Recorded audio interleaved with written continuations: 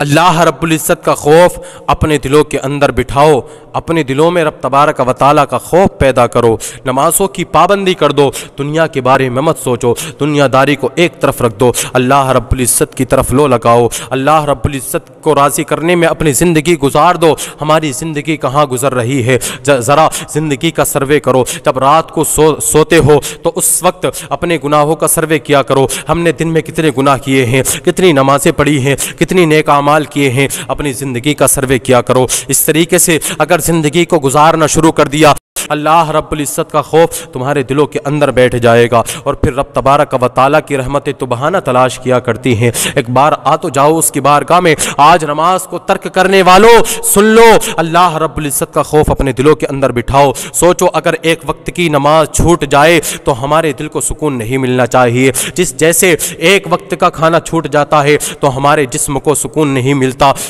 اسی طرح جس طریقے سے کھانا نہ ملنے پر جسم کو سکون نہیں ملتا، ایک وقت کی نماز چھوٹ جانے پر دل کو سکون نہیں ملنا چاہیے، دل کو قرار نہیں آنا چاہیے۔ اللہ رب العزت کی بارگاہ میں سجدہ ریز ہو جاؤ، آ جاؤ ایک مرتبہ، اللہ رب العزت کی رحمتیں بہانہ تلاش کرتی ہے۔ اللہ اللہ، ارے حضرت عمر فاروق اعظم اللہ رب العزت کے خوف سے اتنا رویا کرتے تھے، اتنا رویا کرتے تھے کہ آپ کے چہرے پر آنسوؤں کے بہنے کی وجہ سے 2 سیاہ نشان پڑ گئے تھے۔ اللہ اللہ، ایک دن تو وہ عمر فاروق اعظم، وہی عمر فاروق اعظم کہتے ہیں، ایک ہاتھ میں تنکا اٹھاتے ہیں اور کہتے ہیں کاش کہ میں ایک تنکا ہوتا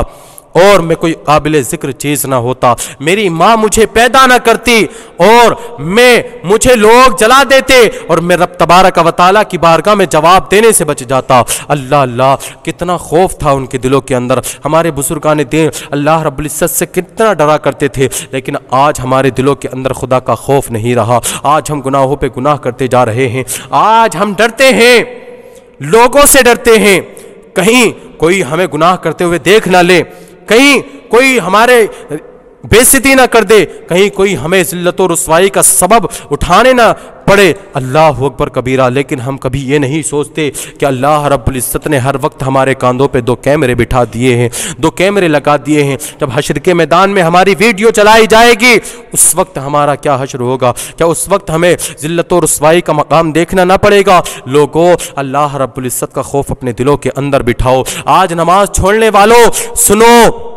حضرت عمر فاروق اعظم رضی اللہ تعالی عنہ وہ جنتی ہو کر کے جن کو اللہ رب العزت کے پیارے حبیب صلی اللہ تعالی علیہ وسلم نے دنیا میں ہی جنتی ہونے کی بشارت دے دی اور فرمایا ابو بکر تم بھی جنتی ہو، عمر تم بھی جنتی ہو۔ اللہ اللہ، آقا علیہ الصلوۃ والسلام جنتی ہونے کی بشارت دے رہے ہیں دنیا کے اندر ہی، لیکن وہ جنتی ہو کر کے اللہ رب العزت سے اتنا ڈر رہے ہیں۔ ایک دن تو کہتے ہیں حضرت کعب رضی اللہ تعالیٰ عنہ سے کہتے ہیں حضرت عمر فاروق اعظم رضی اللہ تعالیٰ عنہ، اے کعب مجھے کوئی ایسی بات بتاؤ کہ جس کی وجہ سے اللہ رب العزت کا خوف میرے دل کے اندر اور زیادہ بیٹھ جائے۔ حضرت کعب کہتے ہیں اے امیر المؤمنین عمر فاروق اعظم سنو، قیامت کا دن ہوگا، حشر کا میدان لگا ہوا ہوگا، اس وقت اللہ رب العزت جہنم کو لانے کا حکم فرمائے گا، فرشتے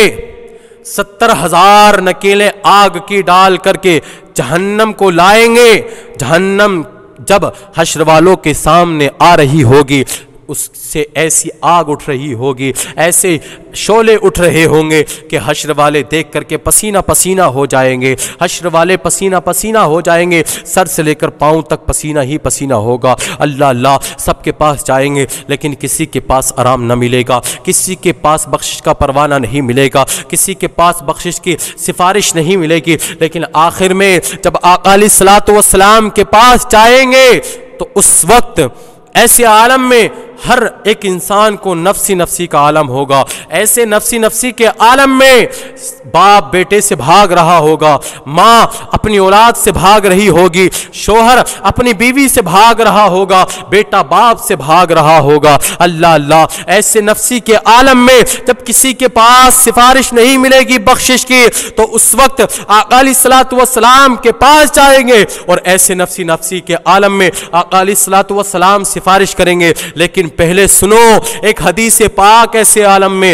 آقا علیہ الصلوۃ والسلام ارشاد فرماتے ہیں کہ جس نے ایک وقت کی نماز کو جان بوجھ کر ترک کر دیا، جان بوجھ کر چھوڑ دیا، مجھ محمد سے کل قیامت کے دن اس کا کوئی وعدہ نہیں ہے، مجھ محمد سے کل حشر کے میدان میں اس سے کوئی رشتہ نہیں ہے۔ اللہ اکبر کبیرہ۔ لوگوں ذرا سوچو تو صحیح، جب آخری وقت میں آقا علیہ الصلوۃ والسلام ہی سفارش کریں گے بخشش کی، بخشش صرف آقا علیہ الصلوۃ والسلام کے دامن کرم سے ملے گی۔ ذرا سوچو تو صحیح، وہی آقا علیہ الصلوۃ والسلام جب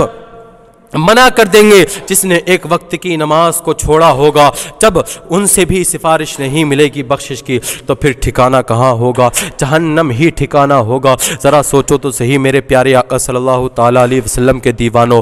ذرا سوچو تو صحیح، اپنی زندگی کا سروے کرو اور نمازوں کی پابندی شروع کر دو، نمازوں کی پابندی شروع کر دو۔ یہ کل کا بہانہ چھوڑ دو، کل کا بہانہ چھوڑ دو، آج سے نمازوں کی پابندی شروع کر دو۔ پھر دیکھ لینا، اگر تم نے نمازوں کی پابندی شروع کر دی، اللہ رب العزت تمہیں اس جگہ سے رزق عطا فرمائے گا جہاں پر تمہارا گمان بھی نہیں جا سکتا۔ اور پھر دیکھنا، اللہ رب العزت تمہیں نماز پڑھنے کی برکتیں اتنی عطا فرمائے گا، اتنی عطا فرمائے گا، تمہیں نماز پڑھنے کا ایسا صلہ عطا فرمائے گا کہ دنیا میں تمہیں کامیابی عطا فرمائے گا، اللہ رب العزت تمہیں آخرت میں بھی کامیابی عطا فرمائے گا۔